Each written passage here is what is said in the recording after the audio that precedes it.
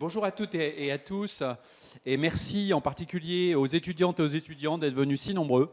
Franchement, je le disais à mes collègues et amis, Sandy, Denisa, Anastasia, et puis donc aux deux directeurs de laboratoire ici présents, le laboratoire de droit avec Florent Blanco, laboratoire d'économie avec Christophe Hurlin. Ça fait vraiment très plaisir de voir autant d'étudiants. Je n'ai pas souvenir, en tout cas à Orléans, d'avoir déjà vu autant d'étudiants à un colloque. Enfin, il y en a eu quelques-uns, mais c'est quand même assez rare. Et vraiment, je suis ravi de cela parce que c'est tout à fait l'université. Vous savez que l'université, par rapport aux grandes écoles, par exemple, se définit par l'articulation permanente de la recherche au plus haut niveau et de l'enseignement. Et donc, c'est parfait. Un colloque où il y a beaucoup d'étudiants, c'est idéal. C'est l'université. Bon.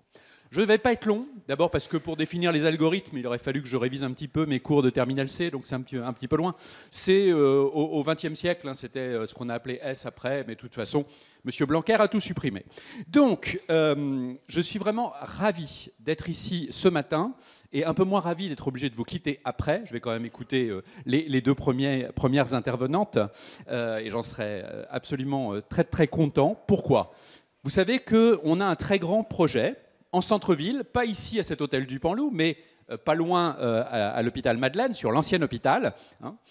Bon, c'est un petit clin d'œil, puisque vous savez que Orléans va accueillir bientôt une faculté de médecine dès cette rentrée de septembre 2022.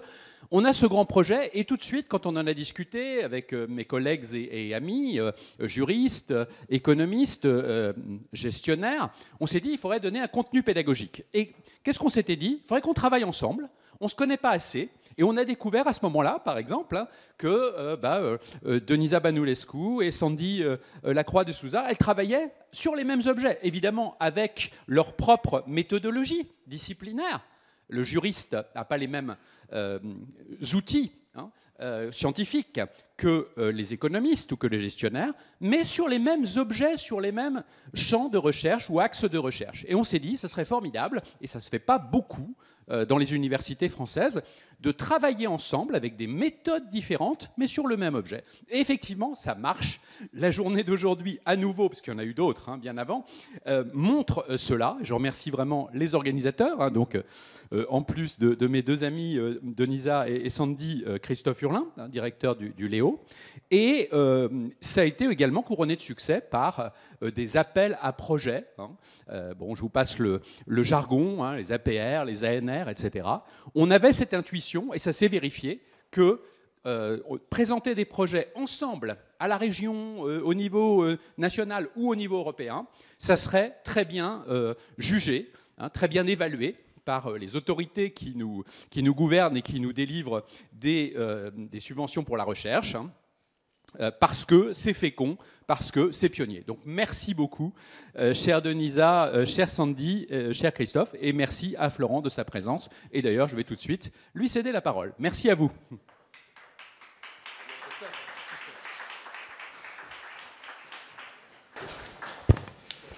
Alors, merci Pierre. Donc, je suis ravi, moi, à double titre, d'introduire cette conférence.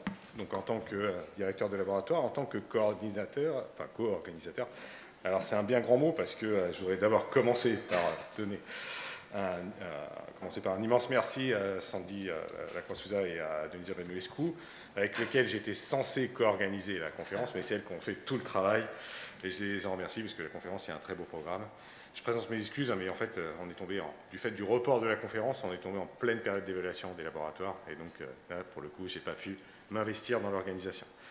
Alors, en effet, l'organisation de ce colloque a connu un peu les affres de l'organisation de toute manifestation en période de Covid. Donc, initialement, on était programmé le 21 janvier. Alors, je ne sais pas si c'est la date qui portait, c'est les mannes de Louis XVI qui portaient un peu la poisse, mais on était en pleine remontée épidémique et on a dû annuler la conférence une première fois.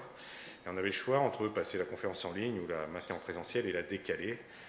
Et on a fait le choix de la maintenir en présentiel. Pourquoi ? Parce que, par essence, c'est une conférence qui vise à croiser les regards. Les regards entre économistes, juristes, d'une part, et professionnels académiques.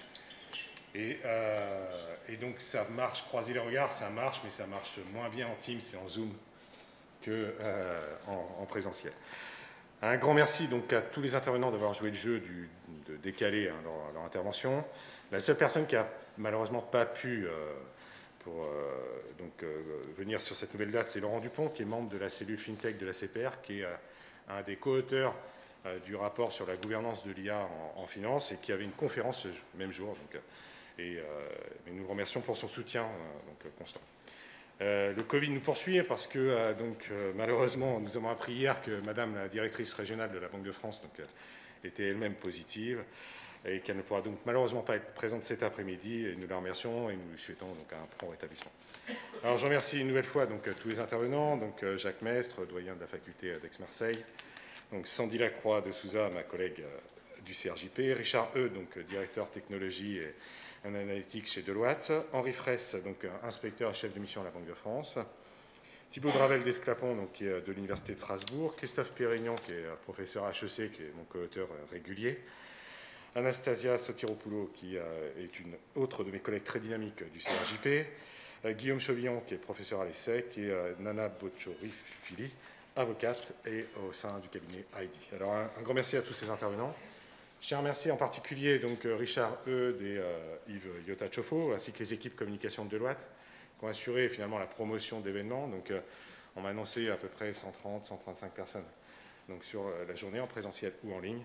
Et c'est en grande partie grâce à eux que cette manifestation connaît un succès. Je remercie aussi mes deux collègues qui vont assurer l'animation des tables rondes, Yannick Lecotte du Léo et Fouad Dazi du CRJP. Et toujours dans la liste des remerciements, la région Centre pour le soutien financier dans le cadre du projet Red Flag et Télém Assurance dans le cadre de la chaire sur la détection de la fraude.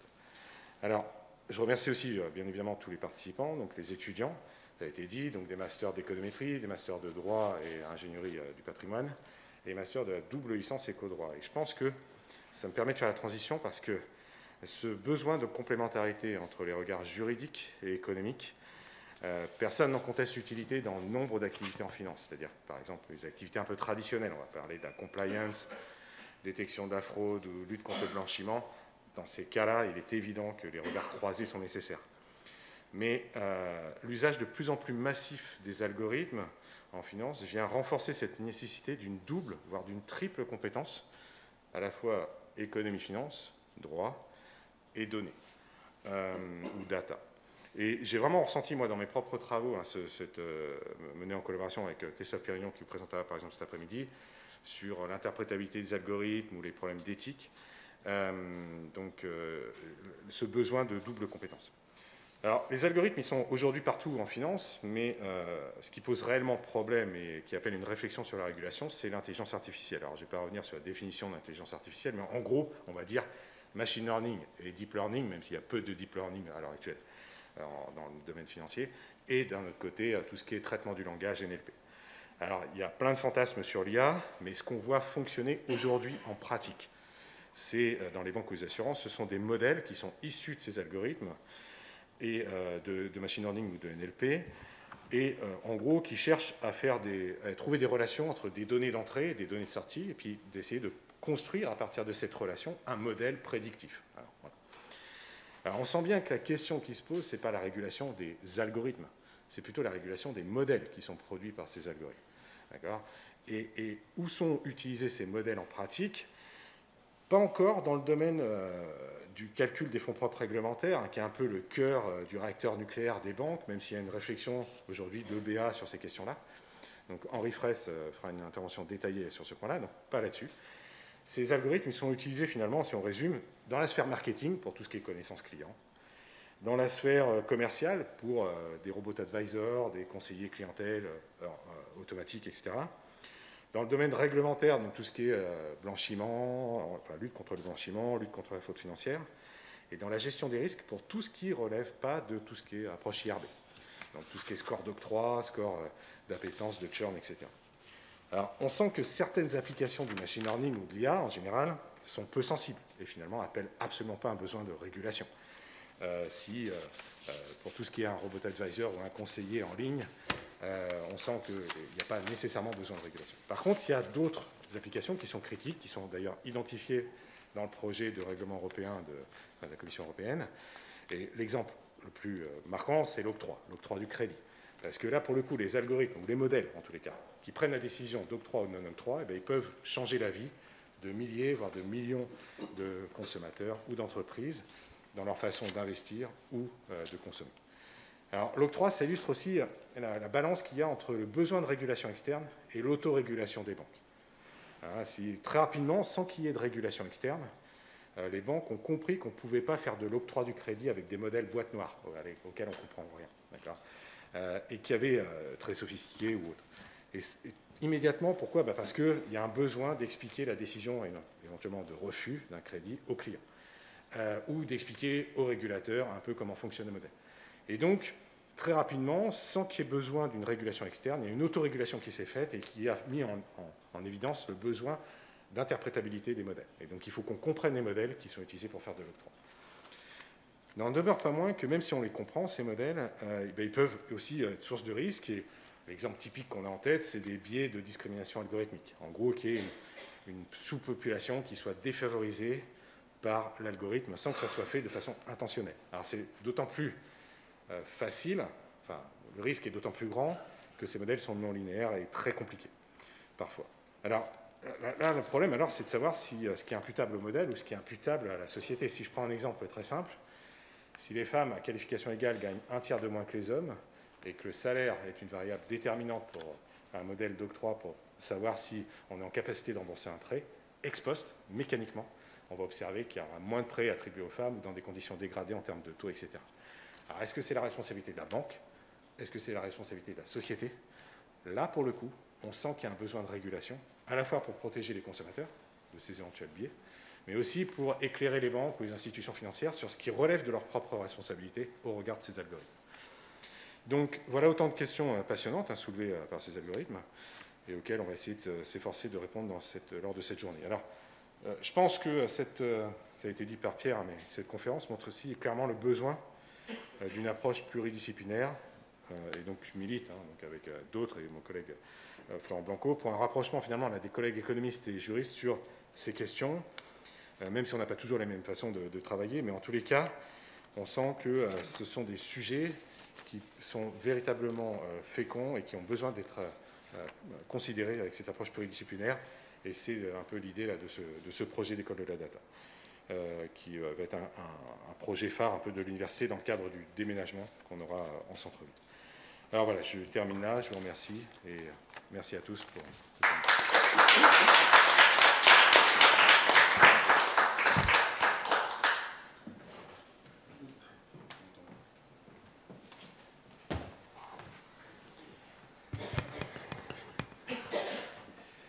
Mesdames, Messieurs, chers collègues, chers étudiants, je suis à mon tour évidemment très heureux de pouvoir dire quelques mots en ouverture de ce beau colloque transdisciplinaire, après les mots de Pierre tout à l'heure et de Christophe à l'instant. Évidemment, je suis ravi d'ouvrir cette manifestation, d'abord ravi qu'elle puisse enfin se tenir après cet essai avorté qui était prévu le 21 janvier dernier et qui, du fait du contexte sanitaire, a justifié ce report, et donc ravi de pouvoir évidemment vous retrouver aussi nombreux aujourd'hui. Alors évidemment, je dois des remerciements aux organisateurs de ce colloque, Christophe, qui est bien trop modeste sur son rôle, Denisa, bien sûr, et Sandy, au nom du CRJ Potier, évidemment, qui, je le sais, n'a pas ménagé ses efforts et sa peine pour que cette organisation puisse se tenir, ce colloque puisse se tenir dans les meilleures conditions aujourd'hui. Alors, ce colloque, dans son principe même, évidemment, est pour moi un événement qui m'inspire évidemment satisfaction, parce qu'il est l'occasion de regards croisés. Et je crois que ces regards croisés sont particulièrement féconds sur un certain nombre d'objets d'études, et évidemment le sujet d'aujourd'hui en fait partie, la régulation des algorithmes en matière financière et bancaire. Regards croisés évidemment entre universitaires et praticiens, on va pouvoir le constater tout au long de cette journée, et puis regards croisés, bien entendu, également entre économistes et juristes. Christophe l'a très bien rappelé, je ne développerai pas ce point, j'insisterai simplement sur le fait que, en tant que directeur du CRJ Potier, évidemment, je me félicite naturellement de voir là une nouvelle illustration des liens féconds entre nos deux laboratoires, et je n'en doute pas, ces liens augurent de très beaux projets à l'avenir. Alors, le thème de ce colloque est un thème évidemment qui, plus globalement, pose, Christophe l'a dit, la question finalement de la place, tout simplement, de l'intelligence artificielle dans le processus de décision. Alors, évidemment, question essentielle, question cruciale, question d'actualité qui trouve sa manifestation particulière aujourd'hui à travers cette thématique de la régulation des algorithmes en matière financière et bancaire. Alors, sans doute, il y a là un questionnement plus fondamental sur finalement la capacité d'un système technique, si performant soit-il, à se substituer, mais dénué, on le sait, de discernement, à se substituer finalement à l'intelligence humaine. Question évidemment fondamentale, question brûlante d'actualité, question évidemment qui fait évidemment peur quand on se la pose et quand on tâche d'y répondre. Alors, l'intelligence artificielle, disait Woody Allen, c'est le contraire de la bêtise naturelle. Plus sérieusement, sans doute, ce qui fait la particularité de l'intelligence humaine, et en tout cas à mes yeux, le fait qu'elle soit irremplaçable, c'est probablement sa capacité tout simplement à s'écarter ponctuellement d'une règle, sans pour autant l'oublier, et ce avec discernement. Il y a là, je crois, un point essentiel que l'on touche du doigt, et qui fait que l'humain doit rester, je crois, au cœur du processus de décision. Et peut-être que finalement cette journée, qui sera riche de travaux, le programme l'annonce, permettra peut-être de conforter finalement ce que la sagesse populaire enseigne depuis longtemps à propos de l'argent. Sans doute, pour paraphraser le proverbe, eh bien, les algorithmes sont de bons serviteurs, mais probablement de mauvais maîtres. Je vous remercie et je vous souhaite évidemment une excellente journée de travaux et de riches échanges. Merci à vous.